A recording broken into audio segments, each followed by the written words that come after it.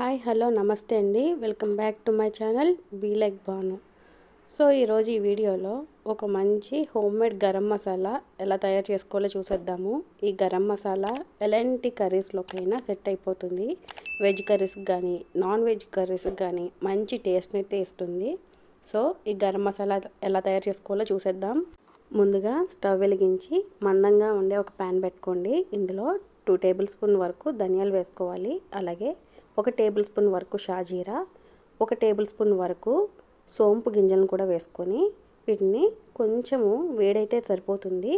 ఇప్పుడు ఇందులోనే 2 బిర్యానీ ఆకులను కూడా తుంచి ఇలా వేసేసుకోండి. ఇవి కొంచెం హీట్ అయితే సరిపోతుంది. ఇప్పుడు వీటిని ఒక ప్లేట్లోకి తీసేసుకొని చల్లారనిద్దాము.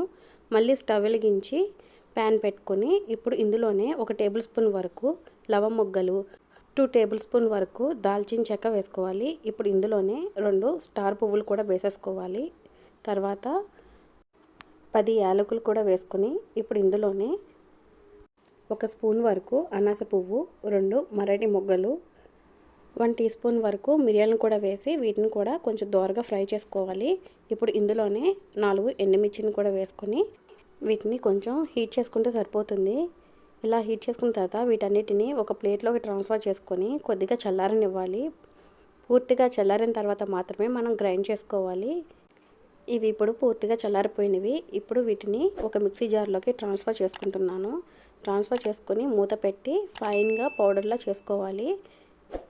సో మనకి ఏ కర్రీస్లోకైనా వెజ్ కర్రీస్లోకి కానీ నాన్ వెజ్ కర్రీస్లోకి కానీ మంచి టేస్ట్ని ఇచ్చే హోమ్మేడ్ గరం మసాలా అనేది రెడీ అయిపోయింది. వీటిని ఎయిర్ టైట్గా ఉండే ఒక గాజు సీసాలో స్టోర్ చేసుకొని నిల్వ చేసుకుంటే 4 రోజుల పాటు నిల్వ ఉంటుంది.